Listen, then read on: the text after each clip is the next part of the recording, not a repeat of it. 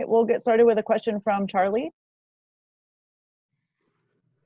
Morning, Lou. Can you describe the kind of the vibe that Coach Lou brings to the gym?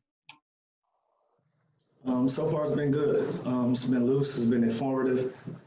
I'm just getting ready for the season. I'm just fresh energy in the gym. Thank you. Next, we'll go to Ohm.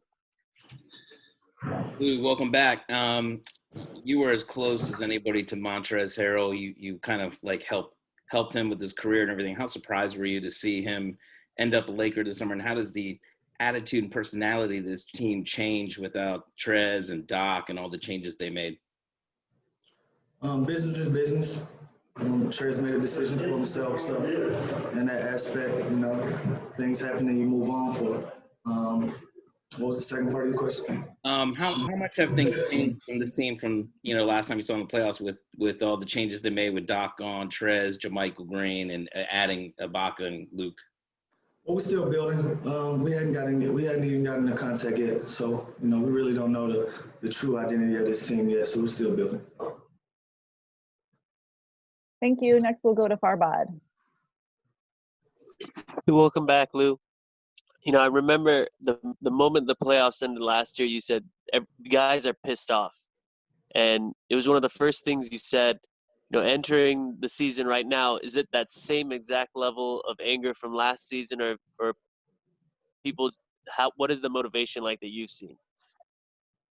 I think we've moved on from last year. It's a fresh start. And we're prepared to compete for a championship again with this group.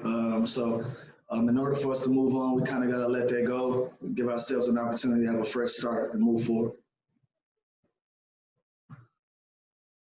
Thank you. Next, we'll go to Sabrina Merchant. Hey, Lou. I'm curious what you know about Luke Kennard's game so far and how you see the two of you guys fitting together in that second unit. Unfortunately, I haven't been able to watch Luke play a lot.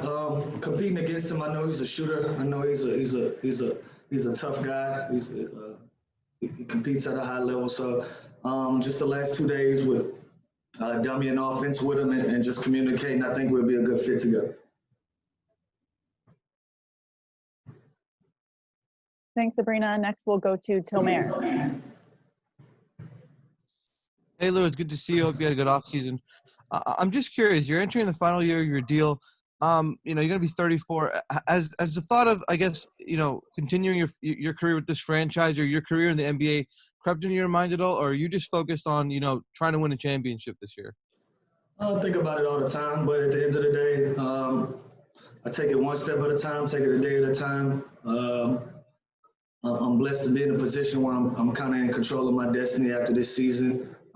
Whether it's moving forward or whether it's not. And so I'm excited about this year and competing for a championship. And then once I get to that bridge, I'll deal with it. You said last year was your best chance at winning a championship. What do you feel about this year? Well, last year was my best chance last year.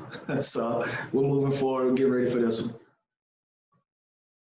Thank you. Next is Andrew Gray. Hi, Lou. Good to see you. Obviously, this is an unusual offseason, both in timing, but also for you.